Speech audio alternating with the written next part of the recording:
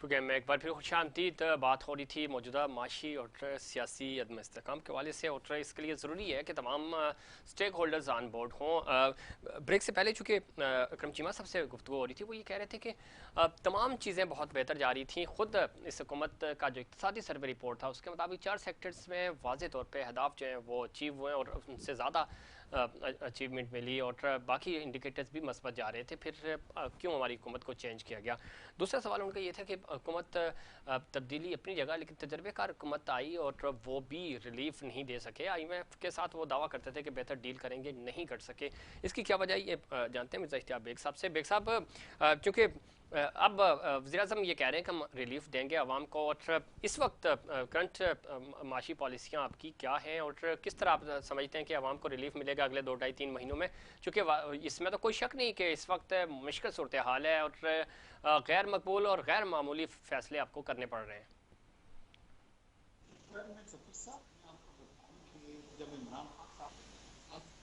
जी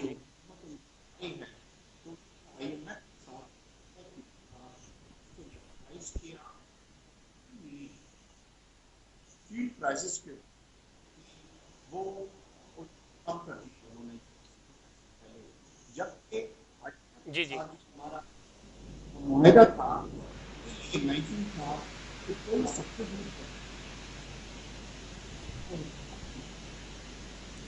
माजर चाहूँगा मिर्ज़ा इश्तियाक बेग साहब, कुछ टेक्निकल इशू की वजह से अगेन हम आपसे बात नहीं कर पा रहे, और प्रोड्यूसर कोशिश करें कि हम हमारा जो ये इशू है ये सॉल्व हो जाए, हम दोबारा आएंगे आपकी तरफ। चीमा साहब, चूँकि मामलात ज़रा अभी बेग साहब से रब्ता हमारा बहाल हो तो हम उनसे पॉइंट ऑफ व्यू लें, लेकिन दूसरी तरफ आप चूँकि 245 के इलेक्शंस भी होने जा रहे हैं सिंध में, और इससे पहले 240 के इलेक्शन हुए, वहाँ पे तो आपने बॉयकॉट किया, बट यहाँ पे आप इलेक्शंस में जा रहे हैं। अली जैदी साहब ये कह रहे हैं कि चूँकि इलेक्शन कमीशन तो पाकिस्तान पीपल्स पार्टी की बी टीम बना हुआ है, फिर ये इलेक्शंस साफ शफाफ कैसे मुमकिन होंगे, चूँकि आप इलेक्शंस में तो जा रहे हैं? जी जी जी चीमा साहब, मैं आपको सुन नहीं पाया। आपकी मेरा बात सवाल आपसे कीजिए, ये है आगे कि बात। आप ज़िमनी इंतखाबात पंजाब में तो हो ही रहे हैं, लेकिन 245 आमिर लियाकत साहब की मरहूम की जो सीट है उसके ऊपर इलेक्शंस में आप जा रहे हैं। 240 पे आपने बाइकआउट किया था, यहाँ पे आप इलेक्शंस में जा रहे हैं, लेकिन दूसरी तरफ आपको इलेक्शन कमीशन जो सिंध है उसके ऊपर भी भरोसा नहीं है। तो ये जब धांधली के पहले ही खदशात हैं तो ज़ाहिर रिजल्ट अगर आपके फेवर में नहीं आए तो वो ये कंट्रोवर्शियल नहीं हो जाएगा इलेक्शन? चीमा साहब। हेलो जी जी, चीमा साहब तक भी आवाज़ हमारी नहीं पहुंच रही, और कोशिश करेंगे। चीमा साहब सुन पा रहे हैं मुझे? जी, अब सुन पा रहा हूँ। अच्छा, मेरा सवाल आपसे ये था कि आप चूंकि 245 में ज़िमनी इंतखाबात कराची की बात कर रहा हूँ, उसमें आप जा रहे हैं, इलेक्शन लड़ेंगे। 240 में आपने बाइकआउट किया था और अब आपने फैसला किया है, लेकिन यहाँ पे आप इलेक्शन कमीशन पे भी इल्ज़ाम लगा रहे हैं कि वो चूँकि खैरपुर से RO को बुलाया जा रहा है, और ये इलेक्शन कमीशन सिंध जो है वो बी टीम बना हुआ है पाकिस्तान पीपल्स पार्टी की। तो इसके फिर रिजल्ट्स जो भी होंगे तो वो रिजल्ट्स कैसे आप मानेंगे अगर अभी से इतने आपको तहफ़्फ़ुज़ आते हैं? तो देखिए, ये तो तयशुदा असूल है कि जिस वक्त आपके इलेक्शन अनाउंस हो जाते हैं उस वक्त आप किसी किस्म का तकर्रुर और तबादला नहीं कर सकते। बिल्कुल। और ये इंतहाई गैर कानूनी काम हुआ है जो इलेक्शन कमीशन की तरफ से किया गया है, और ये प्री पोल रिगिंग की एक बदतरीन मिसाल है। और बाकी रह गई इलेक्शन कमीशन की बात, तो हमेशा से ये 3 साल असम्बली के अंदर बैठ के हमें सिलेक्टेड कहते रहे, और जो सिलेक्शन इन्होंने अंदरूने सिंध बल्दियाती इलेक्शन में इस दफा की है उसकी तो माजी की तारीख में कभी भी, मैं कहता हूँ, मिसाल ही नहीं मिलती। कभी माशाल्लाह दौर में भी इस तरह के इलेक्शन के ऊपर उंगलियां नहीं उठी जितना बदतरीन इलेक्शन इस वक्त सिंध के अंदर जो बल्दियाती इलेक्शन हुआ है उसको करवाया गया। और उसके ऊपर इनकी अपने साथ बैठी हुई हुकूमत के अंदर बैठी हुई जो पार्टी हैं उन्होंने मुकम्मल इसका तहफ़्फ़ुज़ात का इजहार किया है इसके ऊपर, और इसको रिजेक्ट किया है इस इलेक्शन को। तो मैं समझता हूँ कि अभी भी इलेक्शन कमीशन हमारे मुल्क का वाहिद इदारा है कि जो पूरे मुल्क की हमारी जो पॉलिटिक्स है उसको वो लुक आफ्टर करता है। और अगर इलेक्शन कमीशन ही पार्टी बन जाएगा, इलेक्शन कमीशन ही अगर मैनेज हो जाएगा, तो किस तरह से पॉलिटिकल प्रोसेस के ऊपर लोग एतमाद करेंगे? लोगों का तो पहले ही एतमाद उठ चुका है इन इलेक्शंस के ऊपर।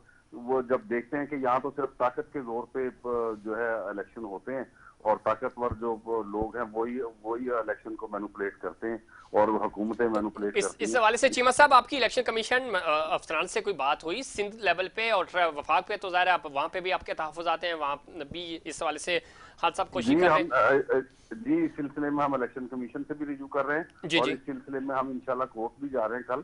और देखिए, ये हम नहीं होने देंगे। जब एक चीज हो चुकी है, जब आपको आइन और कानून किसी सूरत में इजाजत नहीं देता, तो वहाँ इलेक्शन कमीशन जैसा इदारा जो है वो इसको कैसे इस कानून को वायलेट करता है, जिसकी जिम्मेदारी है इस चीज की कि वो इस तरह की वायलेशन को रोके। और जब खुद इस तरह की वायलेशन वो करेगा तो फिर उस इलेक्शन का क्या क्रेडिट रह जाएगा? बिल्कुल ठीक कह रहे हैं, लेकिन इसके फौरी बाद चूंकि बल्दियाती इंतखाबात और सेकंड मरहला कराची हैदराबाद ये बड़ा इंपॉर्टेंट होगा आपके लिए खास तौर पे। और मौजूदा हालात की जब हम बात कर रहे हैं, इस वक्त ज़िमनी इंतखाबात हो रहे हैं, आगे कराची में बल्दियाती इंतखाबात होंगे, बारिशें हैं, ये वो सारे इश्यूज़ हैं जो इस हुकूमत को मैनेज करने हैं। सिंध हुकूमत चूँकि सूबे में मुसलसल 15 साल से है और वफाक में अब तब्दीली के बाद पाकिस्तान तहरीक इंसाफ की हुकूमत के खात्मे के बाद पाकिस्तान पीपल्स पार्टी भी शराकतदार है। लेकिन ओवरऑल जब हम इस पूरे सिस्टम की बात कर रहे हैं, इकॉनमी की बात कर रहे हैं, तो उसमें भी इस वक्त मसाइल हैं और इन मसाइल को हल करना होगा और उसके लिए ज़रूरी है कि तमाम स्टेक होल्डर्स ऑन बोर्ड हों। कोशिश की जा रही है पाकिस्तान तहरीक इंसाफ को भी ऑन बोर्ड लिया जाए, लेकिन पाकिस्तान तहरीक इंसाफ का अपना स्टांस है कि वो इस हुकूमत के साथ इत्तेहाद नहीं करेगी, बात नहीं करेंगी इनफैक्ट। और ये पॉसिबल नहीं हो सकता कि जिन्होंने हमारी हुकूमत का खात्मा किया और जो इम्पोर्टेड हुकूमत है उसके साथ हम कैसे मिलकर बातचीत कर सकते हैं। लेकिन तमाम जंगों का हल भी आखिर डायलॉग ही है। डायलॉग की तरफ पाकिस्तान तहरीक इंसाफ को आना पड़ेगा मुल्क के वसीतर मफाद में। अब देखना यह है कि वो किस पॉलिसी के तहत इस डायलॉग का हिस्सा बनते हैं और पाकिस्तान को इस वक्त इस डायलॉग की ज़रूरत भी है। इस पर मज़ीद बात करेंगे। वक्त हुआ एक ब्रेक का, ब्रेक के बाद दोबारा